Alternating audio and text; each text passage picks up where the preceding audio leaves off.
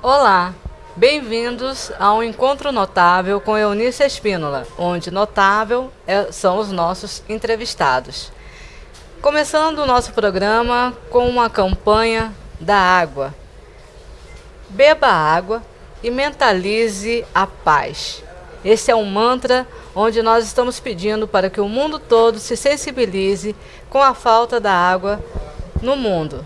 No Brasil estamos sofrendo muito com isso e as pessoas, a campanha na realidade é para que você, no momento que for tomar o seu copo de água, você mentalize o positivo, mentalize que o mundo está em paz, que o mundo está tendo o benefício da água doce e que nada de ruim irá acontecer conosco. Então a frase é simples: o mundo está em paz e eu também.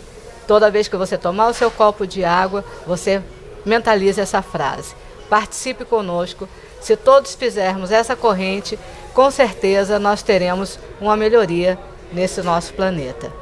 Bem, hoje a entrevista é com um advogado, político, professor, palestrante e articulista do jornal A Tarde de Salvador, Bahia. É um cidadão honorário de Salvador, é um cidadão benemérito da liberdade da Bahia, reconhecido por sua luta em defesa da advocacia no estado da Bahia e, por tal, condecorado com a mais alta comenda da Assembleia do Estado.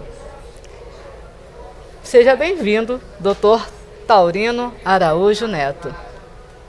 É uma emoção muito grande, Eunice, estar aqui hoje para falar algumas coisas, conversar, como sempre venho conversando, e sobre a inspiração da água. Sim. A água que nos oceanos liga todos os continentes e liga a todos nós, seres humanos, dentro de uma origem única, onde cada qual tem o seu valor e nós estamos todos unidos pelo fundo do oceano. Com certeza. Né? E uma campanha fantástica, né, doutor Taurino, da gente estar se mobilizando, se conscientizando de que nós precisamos, só nós podemos mudar a nossa história, né?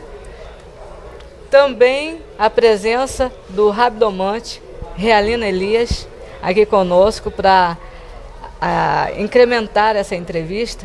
Na realidade, uma mente tão brilhante quanto de doutor Taurino, onde eu vou ser hoje a mediadora somente, né? Não vai ser difícil a Eunice estar abrindo a boca para falar tão sábias palavras quanto esses dois diamantes aqui do meu lado. É uma honra. Boa tarde, telesouvintes, meus caros amigos. É uma honra estar aqui contigo. É uma honra estar aqui com o Dr. Taurino, nessa capacidade. E eu agradeço muito pela colocação de brilhante. É excelente ser brilhante. Se dois brilhantes se unem, duas luzes se unem, elas triplicam e não dobram. Muito agradecido. Bem, filho de Adelino Santos de Araújo e Rita Freitas de Oliveira, formou em magistério em 85, não foi? Foi. Bacharelou em Direito em 93 e atua na advocacia com ênfase na defesa dos direitos humanos. Eu gostaria que o senhor falasse um pouquinho sobre esses direitos humanos que as pessoas hoje tanto massificam. O que é direitos humanos, para que serve direitos humanos, quem atua com direitos humanos. As pessoas exigem tanto isto hoje, eu não sei se existe uma conscientização do que é esse direito. Ninguém melhor que o senhor para nos explanar isso. Ao longo do tempo, Eunice, o fundo do direito é um fundo patrimonialista. O homem, nos diversos ramos do direito, ele é considerado em razão do que ele tem, em razão da propriedade. O direito, inclusive, ele regula as questões muito pelo fundamento econômico. Sim. Quando alguma coisa vale economicamente, ela passa a ser regulada do ponto de vista jurídico. Já na perspectiva dos direitos humanos, que é uma perspectiva do direito natural, do direito constitucional, há mesmo um direito de ser humano. Sim. Um direito a ter respeito, um direito a ter dignidade, que não decorre de uma tensa material, mas da condição do ser humano. Isso aí é uma conquista da humanidade ao longo dos tempos. Sim. A antiguidade, ela surge no mundo todo com a conjugação de cidade, escrita e comércio. Quando nós falamos em cidade, escrita e comércio, isso dá uma conotação de que os aglomerados urbanos surgiram por uma finalidade econômica. Essa gente toda unida, ela passa a substituir uma concepção nômade anterior. E a concepção nômade, ela tende a ser uma concepção beligerante.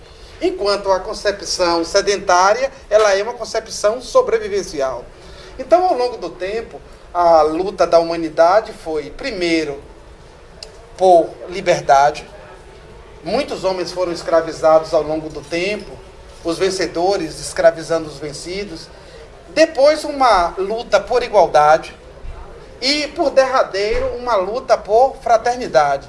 São os ideais da Revolução Francesa que, passando por uma concepção racional, elas precisam ser internalizadas e sentidas não apenas no plano do pensamento, mas do sentimento e da ação.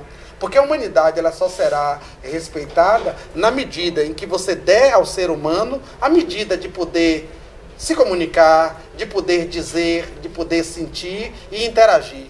Então, se trata de uma inclusão social num sentido mais amplo do que se possa imaginar. Né? Fantástico. Nós vamos fazer as perguntas e depois a gente vai para aquele ping-pong para poder chegarmos a um pouquinho, de conhecer um pouquinho melhor o Dr. Taurino Araújo. Né? Casado com Soraya Souza Pinheiro de Araújo, com quem tem 3 filhos, né? Gabriel, Isaac e Ximena. A pergunta que não quer calar é: como conciliar uma vida profissional tão intensa com a familiar? É uma coisa interessante isso. O ser humano, de um modo geral, ele possui 3 ênfases. Uma ênfase de ordem sexual, uma ênfase de ordem social e uma ênfase de ordem autopreservacional. Pessoas com o meu perfil, elas têm uma ênfase social maior. Então elas são voltadas para fora. Para um grupo, um quarteirão, uma cidade, um estado, um mundo. Não é em vão que eu me torno o mais jovem cidadão benemérito da liberdade da Bahia. Nós somos um estado importante nesse país, 15 milhões de pessoas, e a Assembleia me conferiu o título de cidadão benemérito. Então eu tenho que confessar para os nossos ouvintes e telespectadores que eu sou mesmo um ser humano voltado para a humanidade, voltado para 7 bilhões de pessoas. E isso cria, de algum modo, um prejuízo familiar interessante. O fato de não poder estar sempre presente, o fato de estar em interação com muitas pessoas ao mesmo tempo, aí isso é um preço que se paga, né? Se paga, com certeza. Mas eu acredito que o senhor consegue conciliar isso muito bem, viu? Também. Apesar que, aquela coisa, existe a necessidade de estar ausente em certos momentos que a gente deveria estar presente, mas existe também aquele momento de compensação, não é, Helena? Onde você está presente e seus filhos reconhecem, sua esposa lhe acompanha, né? Soraya aqui presente conosco, eu até disse que ia fazer essa pergunta a ela, né? Como é essa conciliação dessa sua vida, mas o senhor respondeu muito bem, né? De que existe um homem que está preocupado com a humanidade, ele não pode estar com a porta e a janela fechada, dentro, achando que vai cuidar, cuidando da sua casa, com a porta e a janela fechada. Me perdoe se eu estiver falando besteira, né? Mas se a gente não cuidar também do social, do mundo lá fora, como o senhor cuida, não adianta nada estar quando abrir a porta, a invasão acontece. É verdade, não é? é verdade. Por Então- exemplo, assim, ó, só de alunos no curso de Direito são 3 mil ex-alunos. Nossa, que maravilha. Aí, nas comunidades do Face, quase 10 mil pessoas. Tanto quando todos- a comemoração do e meu todos aniversário... filhos, né? Acabam sendo todos, Acabam sendo todos filhos. irmãos e tal, É. todos familiares de algum modo. Né? Com certeza. Diremos que seria a grande família. A É grande a humanidade, família. a humanidade. A humanidade. Né, Elias? E que é gostoso. Elias vem de família grande, eu venho de família pequena, né? E eu sou apaixonada por famílias grandes. Eu acho que até por isso que eu gosto também desse social, da gente estar buscando conhecer mais pessoas e se envolver mais em projetos, né, em coisas que melhorem a humanidade em si. Né? Isso é muito bom. Em 2008, foi homenageado pela seccional baiana, correto? Sim. Da OAB, com a sessão de desagravo face à ofensa sofrida por desembargador do TJ. O senhor poderia falar um pouco sobre esta homenagem? No caso nisso, essa homenagem foi o seguinte, ó, eu sempre fui um advogado muito aguerrido. E eu estava fazendo a defesa de um cliente criminal pobre. Havia uma questão de julgamento pelo júri, um já havia sido julgado. No julgamento houve camisetas, muita panfletagem, e eu queria evitar que o outro fosse julgado em idêntica situação. Aí, no momento de um recurso que se chama embargos declaratórios, o que é que eu fiz? Eu instei aquele juiz a dizer se o de agora deveria ser submetido ao mesmo constrangimento que o anterior tinha sido submetido. Teria o mesmo marketing Negativo, ostensivo contra ele. Aí, no caso, o juiz se indignou com aquela petição, disse que era uma peça avessa ao bom direito, que ele se encontrava em sentimento de pesar com a minha petição. Aí, esse fato foi comunicado à Ordem dos Advogados do Brasil, a seccional Bahia, que prestou uma sessão solene de desagravo. Aí eu não podia deixar isso barato. Eu falei para o meu ofensor o seguinte, que se ele estivesse mesmo pesaroso, que ele procurasse médico, terapeuta ou confessor. Porque num estado de pesar, uma pessoa não pode proferir um julgamento que preste. Então, na medida em que eu falei com ele assim, que procurasse um médico, é porque o médico responde ao real de Lacan. Com certeza, e acontece que isso aí foi ferir exatamente a parte mais delicada de uma pessoa. É isso, é para obter um calmante, uma medicina. Sim. Quando eu falei do terapeuta, eu me reporto ao simbólico de Lacan. Porque aí ele diria até ao terapeuta o seguinte, ou porque na verdade eu invejo esse advogado, tanto aguerrimento por uma pessoa pobre, porque talvez eu luto por dinheiro, ele consegue lutar por sonhos, por um ideal de justiça, de que a Constituição seja cumprida para aquele cidadão em estado de dificuldade.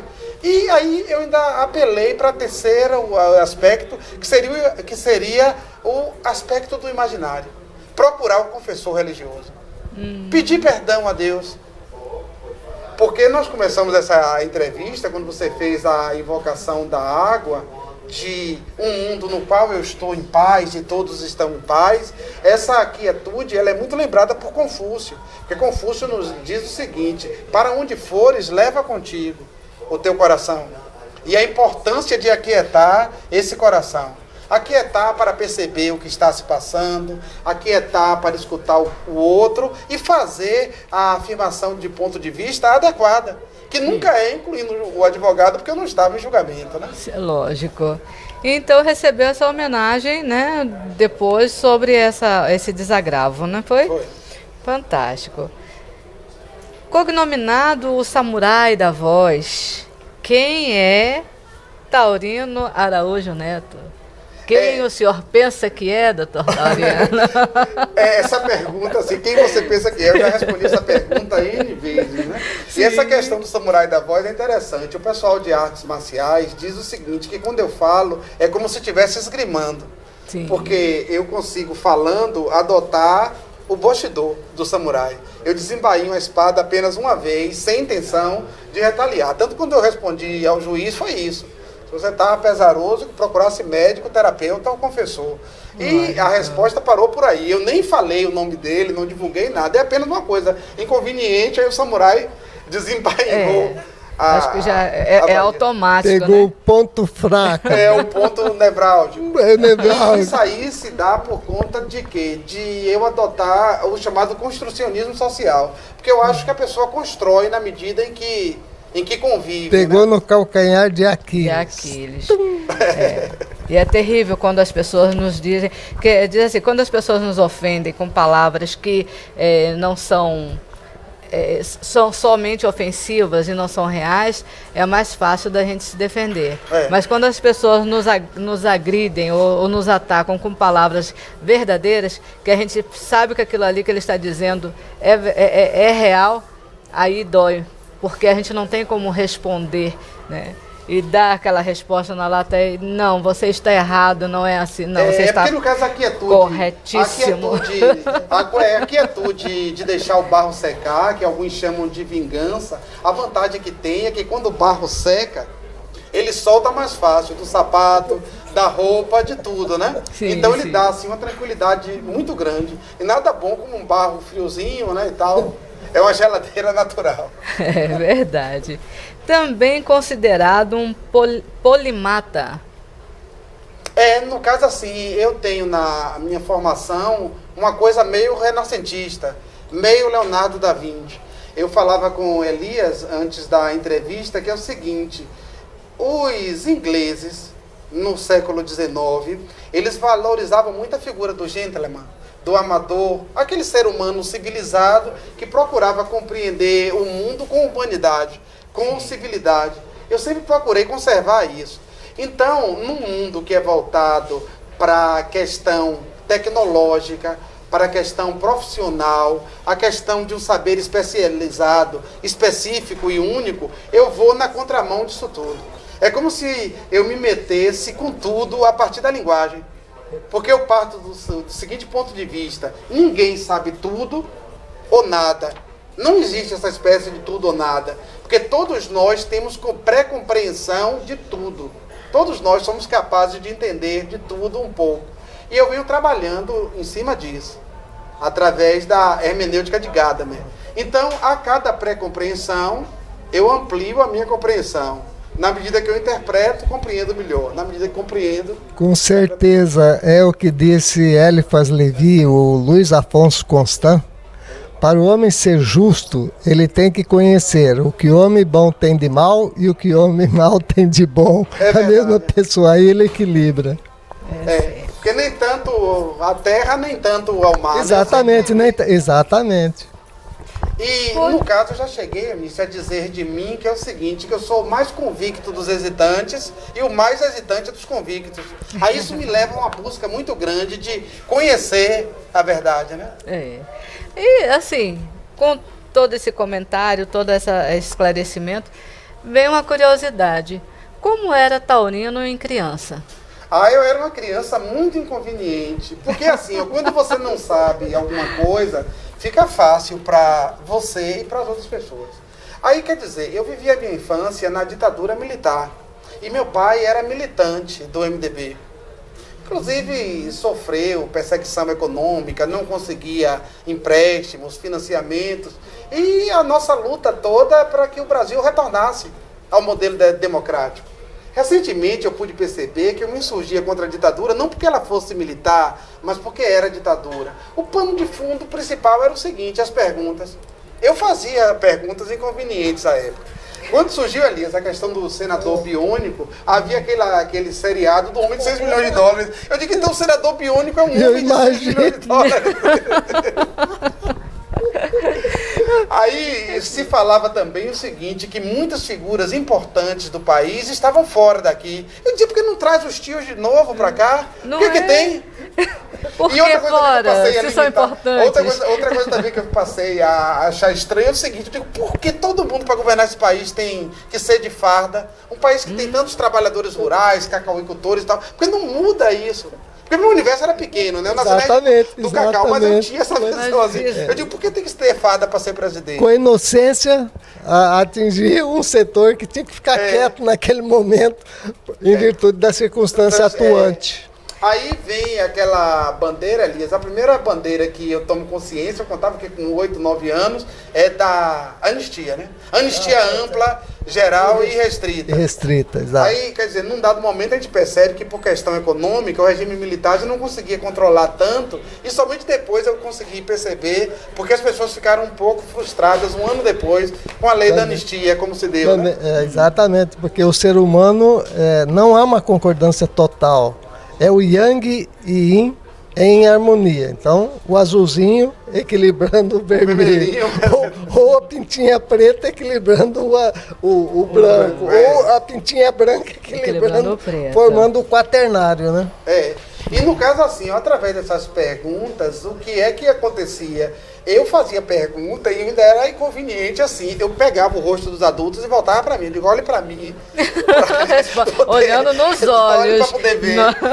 E assegurar de que a resposta, né, estava correta. Realmente, uma criança fantástica. Deve ter dado dor de cabeça em muita gente. Deu a mão de obra aí. Deve ter dado muita dor de cabeça naqueles adultos que estavam com a visão restrita, vamos colocar assim. Controladores. Então, a liberdade, a igualdade e a fraternidade em ação. Então...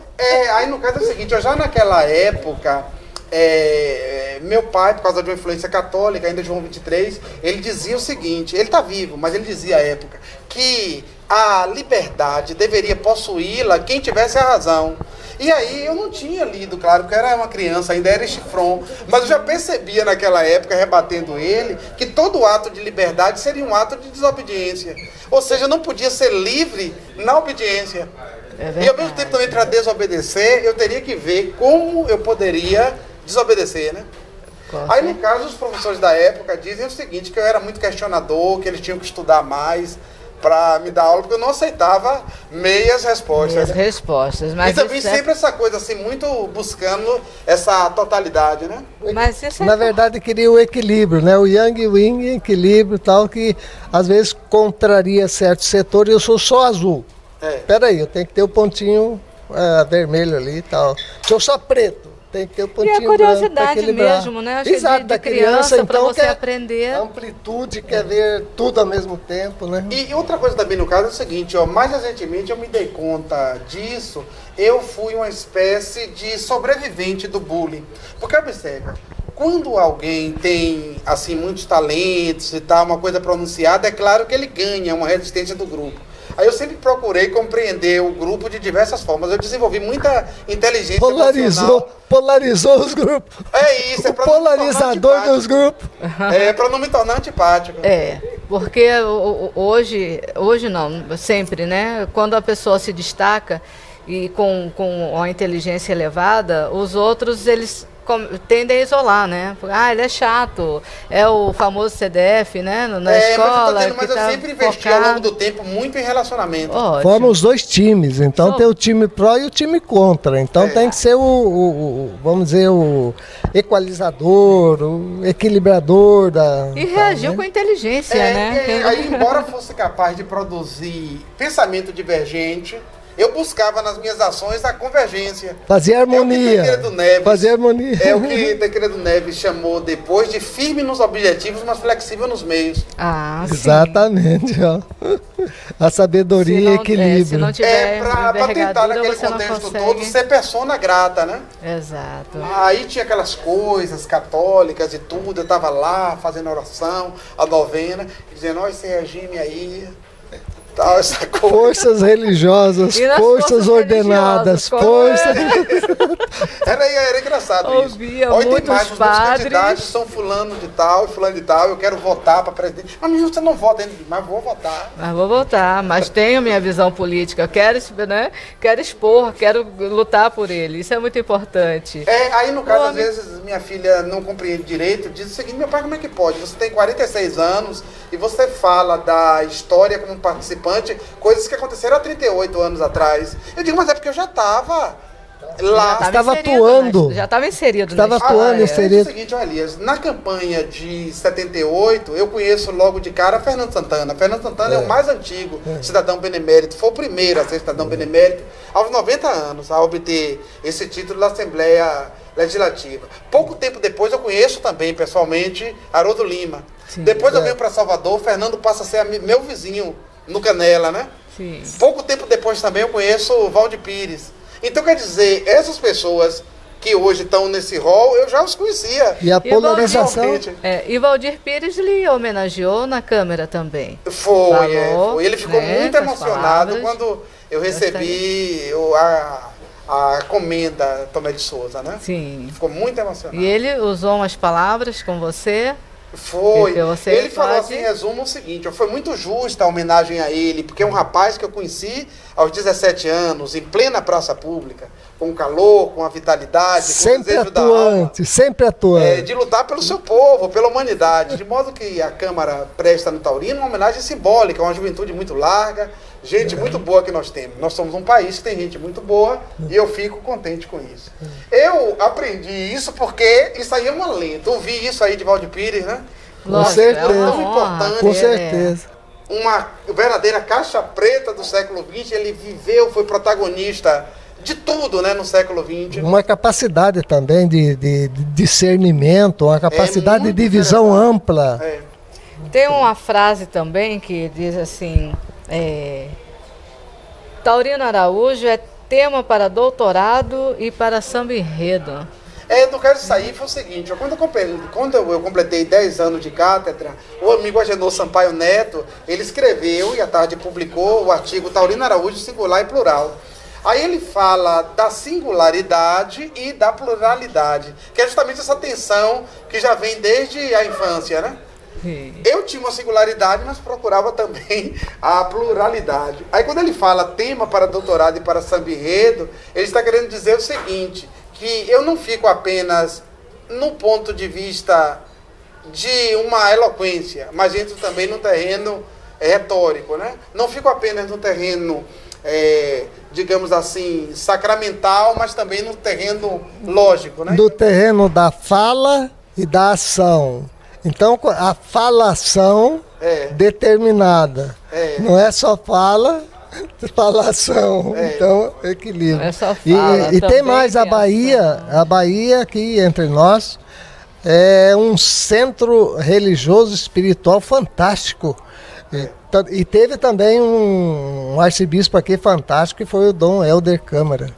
Ele foi um harmonizador, olha que foi barra pesada, porque o espiritismo, vamos dizer assim, um catolicismo divergente, e ele sambando ali, equilibrando, com aquela sabedoria, conseguiu harmonizar bastante. É isso, e essa nossa entrevista, ela acontece hoje, quarta-feira, né? É quarta-feira. Quarta-feira. Aí eu estava andando no parque da cidade, tinha uma senhora, provavelmente do culto africano, né, do candomblé. Ela colhia ervas no parque da cidade. Aí, no caso, eu tô lá andando, aí eu tomei até um choque. Ela fala, caô cabia se ler, o Xangô vivo. Olha, que maravilha. No caso, quando eu recebi o título de comendador medalha Tomé de Souza, foi numa quarta-feira e foi no dia 12, que é o dia de Xangô, né? Xangô. Aí, quer dizer, são muitas imagens, muitas linguagens. O homem da justiça. São nuances convergentes com harmonia pela capacidade de análise, de inteligência sua que já veio para isso. É verdade, Porque um sempre procura se trilhar a vida com muita gratidão, também numa perspectiva saudável, harmônica e próspera. Seria por isso, será que esse Xangô seria esse homem multifacetado? No caso, talvez, esses olhos que tudo veem, né? Sim. Esses olhos como diz na canção, esses olhos que se sabem sabedor, esses olhos guardiães de Salvador, né? Eu sou, assim, um pouco obsessivo nas coisas, nos detalhes, né? Tem 2 ditados europeus, Elias sabe disso, que falam a respeito dos detalhes. Um dizendo que Deus mora nos detalhes e outro que o diabo mora nos detalhes. Então, como eu não sei quem é o inquilino dos detalhes, eu vou Sempre nos detalhes. E quando vem falsificado, quando vem também todo moldado ali, complica um pouco. Tem uma frase também, Elias, super interessante. Escute essa. Tinha no bolso apenas uma ficha telefônica e muita vontade de falar. No caso, olha o que acontece. Eu, naquela época, uma criança. Aí eu tinha, no caso, uma defasagem em relação à idade. A pouca idade era uma espécie de impossibilidade para que eu pudesse me manifestar. Porque a pouca idade também era para mim fisicamente pouco tamanho. Aí depois vem também a questão de recursos materiais. Poucos recursos materiais para criar essa propaganda toda, esse marketing que eu queria empreender no momento, né? Sim. Liberdade, direta Com já, certeza, essas coisas todas. E muita vontade de falar, né? Era muita coisa para ser elaborado, aí um pouco depois eu me dou conta disso, né? Que eu tinha, na verdade, apenas uma ficha telefônica e muita vontade de falar. É porque você, o senhor, é aquela história, oração. Tinha toda uma vontade, a ação de falar. Oração. É a ação de falar. Hoje todo mundo, na oração, temos que pegar na oração. Por que pegar na oração? A vontade é orar, a ação de falar. Entende? Aí, ali, você levanta um tema bastante interessante, que é o seguinte, ó. Porque quando alguém alça a notoriedade que eu alcei, até pelo fato de vir de longe, muito pobre e tal, e ter um título estadual importante, tanta influência assim, tanta coisa no mundo, aí o que acontece? Isso aí gera, no caso assim, alguns admiram, outros detratam. Aí, por exemplo, assim, quando eu recebi o título de comendador, que geralmente só se recebe aos 60 anos, disseram o que foi que você fez. Eu disse, vai na etimologia da palavra e você vai dizer que um comendador não faz nada, já fizeram por ele dando o título, né? Então, no caso, assim, é muito a questão da força da palavra. Às vezes as pessoas não se dão conta do impacto que tem a palavra. Com certeza. Quem trabalha, por exemplo, com terapia, quem é terapeuta do corpo, diz que um toque é mais forte que uma palavra, mas eu posso dizer que uma palavra é mais forte que um toque, porque as palavras, quando ditas acertadamente, elas tocam. Com certeza, depende da vibração, depende da vibração da palavra. Ferem. Né? Depende da vibração da palavra. É por isso que depois que me deram esse epíteto de O Samurai da Voz, eu parei até de falar certas coisas, somente de falar com raiva, alguma coisa assim, para poder não ter um impacto negativo. Tem que cuidar mais da oração. É verdade. Não sair cortando cabeças, né? Por decapitando as pessoas com as palavras. Porque no caso, o discernimento, o bom discernimento é o discernimento da convivência. Eu vou participar, vou encerrar no mês de julho, um congresso internacional sobre sistema prisional no século XXI. E aí o questionamento que eu faço é o seguinte: esse mundo grande que Deus nos deu, com esse céu azul tão bonito, ele não é uma grande prisão. Nós temos pessoas com comportamento desviante. Aí a sociedade tem que dar a melhor resposta a esse comportamento desviante. Porque o bem haverá de ser pago com o bem, mas o mal, ele terá que ser respondido com justiça, e a justiça terá de ser temperada com a equidade. Ou seja, não combina que uma sociedade que se diz civilizada, com um grau de humanização alto, vá aceitar tratamento brutal contra os desviantes. Através do amor, absorver o ódio. Com certeza. Porque o ódio, ele destrói. O amor constrói. Então, através do amor, absorver o ódio. E no caso assim, é claro que isso é uma opinião minha, por aquilo que eu falei, de ser uma pessoa voltada mesmo para o social. Mas eu noto assim que muitas das questões de violência, elas passam pelas exclusões, as exclusões de toda ordem. Com certeza, e tem também a questão de origem também, né? Que é muito interessante essa questão de origem. Os norte-americanos fizeram uma pesquisa sobre os DNA de todo o pessoal lá, de Al Capone, Jesse James, todo esse pessoal. E constatou que havia uma regularidade nos genes.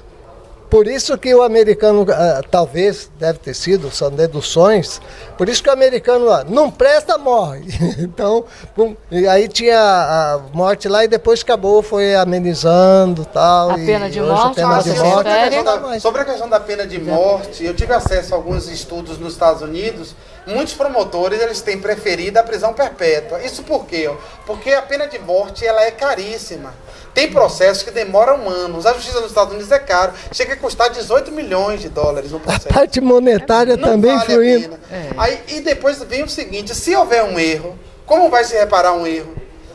Não é uma coisa reparação. muito constrangedora um Estado errar, condenar alguém à morte e depois descobrir, como já descobriram. E houve vários, recentemente descobriram vários casos de erro, exato, inocente. Se tivesse, vamos dizer, concedido a morte, o estado de morte para o indivíduo, estaria cerceando toda uma pessoa inocente. E essa questão da sociedade, quanto mais quando nós falamos de sociedades complexas, ela cria o seguinte problema: a sociedade ela é muito opressora do indivíduo. E no caso assim, me perdoem no caso a evidência, mas isso é um fato. Vejam o seguinte, eu fui durante a ditadura militar fora da lei. Dentro daqueles parâmetros. Com certeza, dentro daqueles parâmetros. E aí vocês pensem o que é que aconteceria se essa ditadura continuasse. Só um dado que eu passo, Elias, é o seguinte, em 1986, com Sarney na presidência, eu fui à Polícia Federal, porque eu era fiscal do Sarney. Se não tivesse havido essa transição, como é que eu iria? Seria complicado. Estaria com certeza. O que acontece? Uma coisa que a gente deve se dar conta é o seguinte, que a sociedade, ela cria manifestações de status para quem está por cima e manifestações de menosprezo para quem está por baixo. É aquela do cristão que diz, né? Ao que tem será dado. O Cristo que falou. E ao que não tem será tomado. É uma colocação muito assim, muito drástica, quase impossível, mas é uma realidade. É diagnóstica isso aí. Esse projeto de resgate, então, dos presos, né? É uma perspectiva de inclusão deles. De inclusão deles na sociedade. E é a resposta humanitária que nós podemos dar.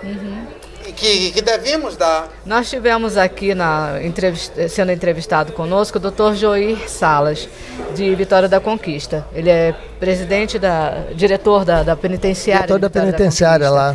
E o que aconteceu? Ele veio nos mostrar um trabalho fantástico que ele está desenvolvendo lá. Para recuperar o indivíduo. Recuperação dos presos.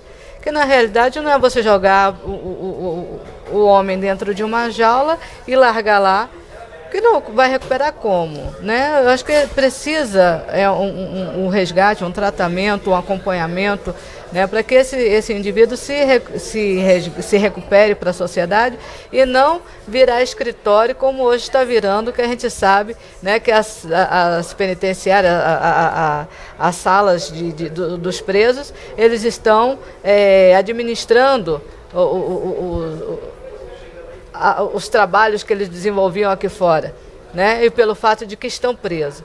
Então, esse projeto seria embasado em quê? Em aulas, em acompanhamento médicos? Em tudo. Observe, eu estava me lembrando agora, porque a vida é essa sequência, né? Isso. Marcada por avanços, por percalços, por retrocessos. Aí eu me lembro do discurso que eu proferia, que Valdir Pires estava presente, quando eu falava o seguinte: durante toda a minha vida lutei por uma sociedade plural, uma sociedade onde o ter e o ser tivessem o mínimo de diferença.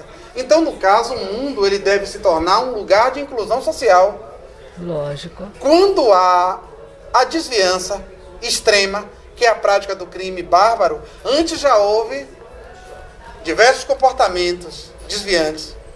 Então, no caso, se a sociedade estiver atenta para acolher, para incluir, ela será mais justa e mais fraterna. Com certeza. Eu tenho... ele faleceu, o Frei Nelson, ele escrevia muito no jornal. E a gente escrevia também, a gente trocava muitas informações. E o Frei Nelson dizia: todo crime, todo acontecimento, todo fato, ele é primeiro arquitetado na mente. Então o indivíduo começa a ser prejudicado num setor, começa a pensar o mal e acaba efetivando isso aí. Então seria, no caso, está tudo em harmônico com a tua colocação. Uma coisa que acontece é o seguinte: a gente às vezes não se dá conta que isso pode acontecer de modo difuso. Exatamente. Ou seja, o sujeito vai sendo de todo modo massacrado. Manipula o outro que é mais sensível, que é mais bondoso. Aí o indivíduo, ele vem desde pequeno, todo massacrado. O que vai acontecer? Vai se revoltando, depois pega um fuzil, vai lá na escola, fulmina todo mundo. Por quê? Porque não houve um trabalho de, vamos dizer assim... de acolhimento, apoio, de convivência, apoio. Amor para destruir o ódio.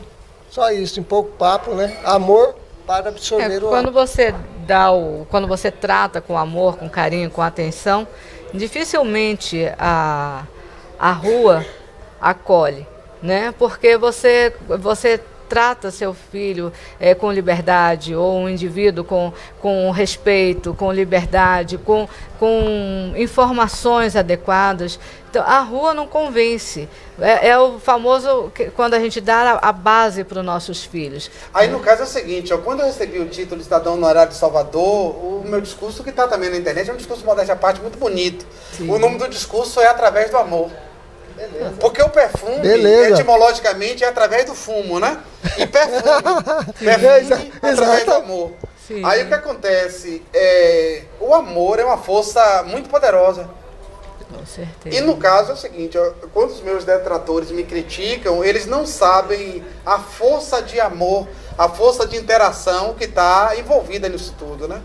Aí no caso encontram o contraponto onde menos esperam. Com certeza, e o amor cura, o amor é remédio também, para cura, para... E o amor enaltece. Em dezembro, eu estava falando com Eunice, teve uma pessoa, eu conheço só do Facebook, eu não posso garantir, mas ele disse que é da cidade de Plástico, em Periperi. Aí ele falou, quantas homenagens bonitas, vindas de pessoas, né, intelectuais, gente simples e tal, e ao longo de tanto tempo. Aí ele falou, por que dezembro não se transforma logo em taurino, né? Não passa a se chamar... Isso aí é uma manifestação. Que bom, que ótimo, amor, já é reconhecimento de todo esse trabalho seu, que desde pequeno, curiosidade e com, vamos dizer assim, com discernimento do bem e do mal, equilibrando. Eu não rejeito o convite de amizade, respeitosamente interajo com todos. Aí quer dizer, isso criou nele uma emoção bonita. Com certeza, porque é um equilíbrio também, harmônico. Né? Quando eu recebi o título de comendador Medalha Tomé de Souza, a Câmara foi invadida pelo mestre Lua Rasta e a sua capoeira de rua. As pessoas no primeiro momento estranharam e depois começaram não a aplaudir. Entenderam nada. Porque ele ficou emocionado com a homenagem que me prestavam, né? Um grupo japonês também. Manifestação do povo mesmo, um grupo japonês também, o grupo UADO, União e Harmonia, compareceu e também tocou o taiko, né?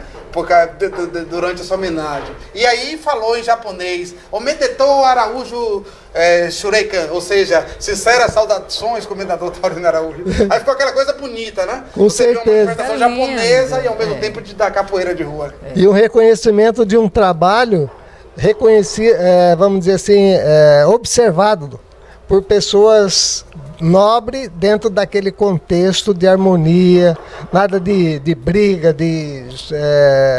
vamos dizer, opressão. Muito bom mesmo. E no caso assim, dentro da minha ação política, quer dizer, eu sou um profissional, sou um advogado e professor, agora exerço também. Não tem jeito de não ser político. Eu exerço militância política. Uma coisa interessante é o seguinte... É muito partidário ou não? Desculpe a pergunta bastante indiscreta, porque partido quer dizer pedaço. No caso, eu sou trabalhista, né? Eu acredito na força do trabalho. Aí o que acontece, em 2012 saiu uma pesquisa que eu liderava como o segundo candidato na admiração de quem tinha outro candidato. Então, observe, se fosse pelo modelo holandês, eu ia estourar. Que beleza!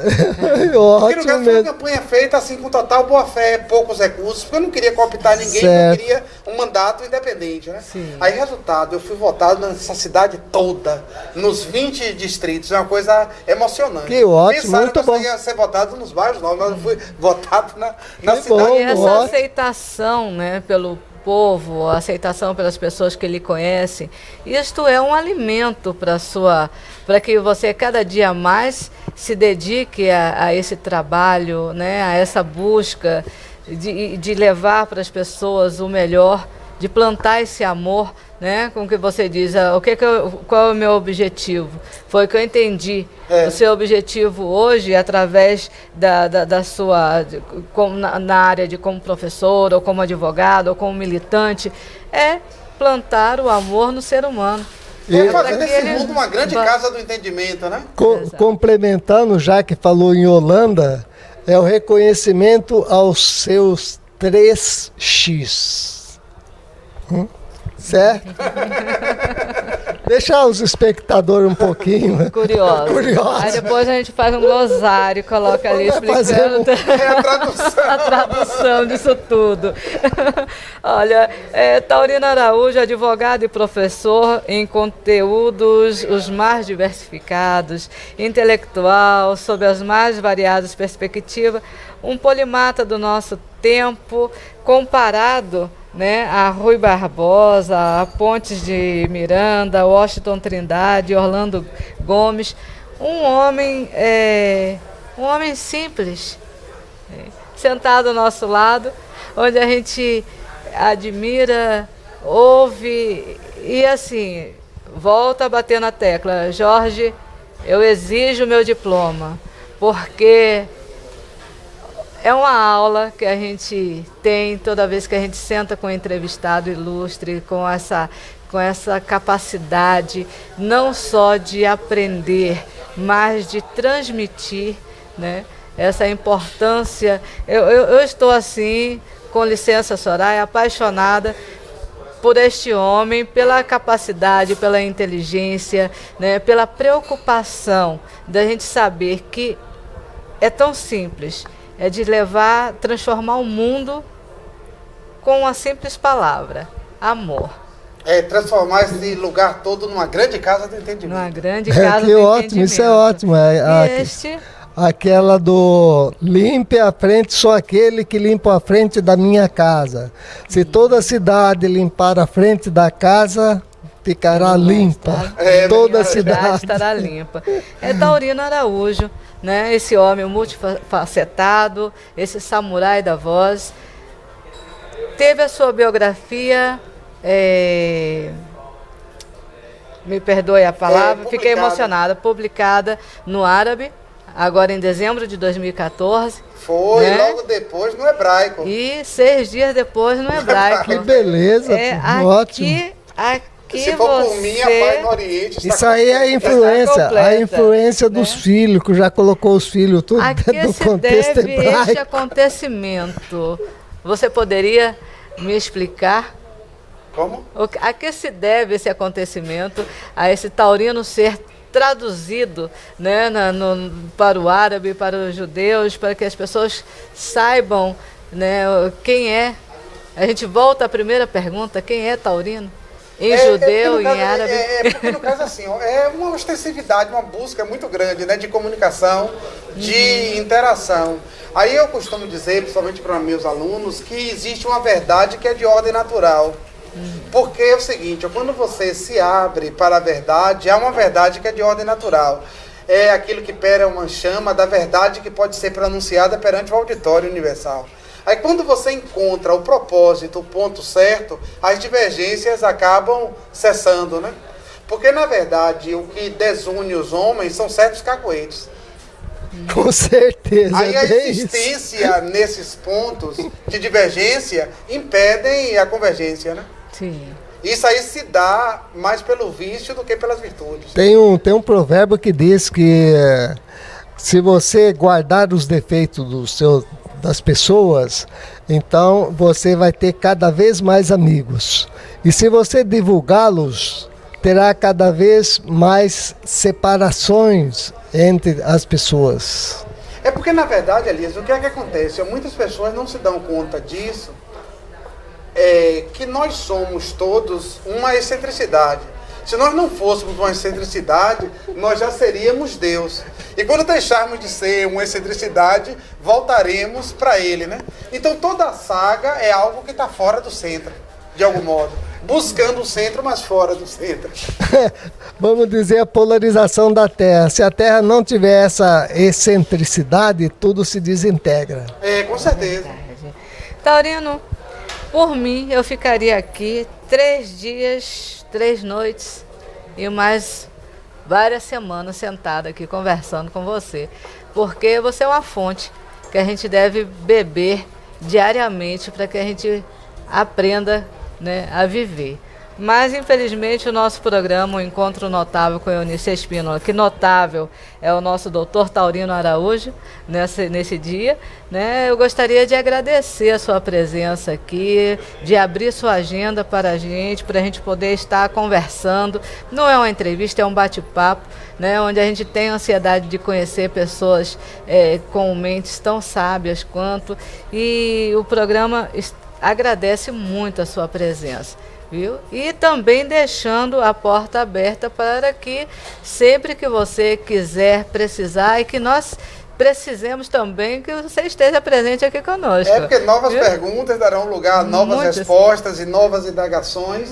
Sim. E é importante que nós abramos mesmo a possibilidade, né? Porque disse o seguinte, que um homem é as palavras que ele domina, e ele deixa de ser as palavras que ele ignora. Então, quando nós transformamos o vocabulário passivo em vocabulário ativo, quando nós conseguimos fazer das coisas não compreendidas coisas melhores compreendidas, ou melhor compreendidas, portas e avenidas se abrem. Com certeza, é uma honra conhecê-lo. A mente se expande. Foi uma honra conhecê-lo pessoalmente, porque a gente já conhecia através de informações, sempre se conhece as pessoas, mas fiquei muito feliz em conhecer este nobre e sublime amigo, vamos dizer agora, um novo irmão. Muito agradecido. Com certeza. Agradeço também a sua presença, Realina Elias, viu? E a todos vocês que acompanharam o nosso programa, quero agradecer e espero que vocês estejam conosco no nosso próximo programa e que tenham gostado e que acessem o nosso programa muitas vezes para ouvir e beber dessa fonte. A honra foi toda minha, viu? Estar aqui. Agradeço a todos. Até a próxima.